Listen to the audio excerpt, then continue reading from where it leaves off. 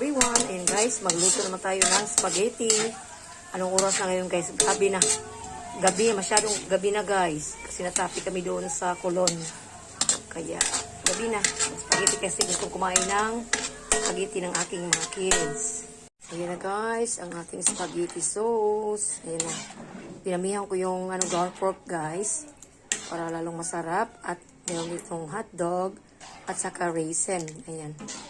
Nilagyan ko dito guys ng condensed milk. Ayan. Spaghetti sauce. Ayan.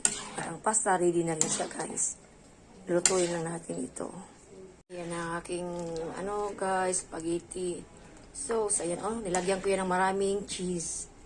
Ayan, para yummy. Ayan, konti na lang guys. Luto na ito. Ayan ang daming ground pork guys. Para masarap.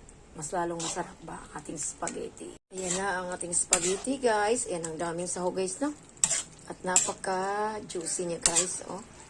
Kasi gusto ko magluto ako ng spaghetti guys. Hindi dry. Kasi mas masarap guys kung maraming sauce ba.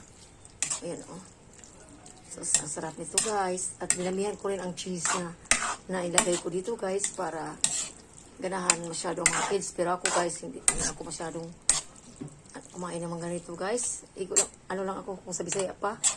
Hanggang pagluto lang ako. Pero hindi ako masyadong kumakain naman ganito. Mga kids ko lang pag gusto nilang kumain ng spaghetti. Kaya luto ako kaagad. Ayan. Sarap ito guys. Tingnan nyo guys. Napaka niya guys. Juicy. Ayan guys. Ayan ako.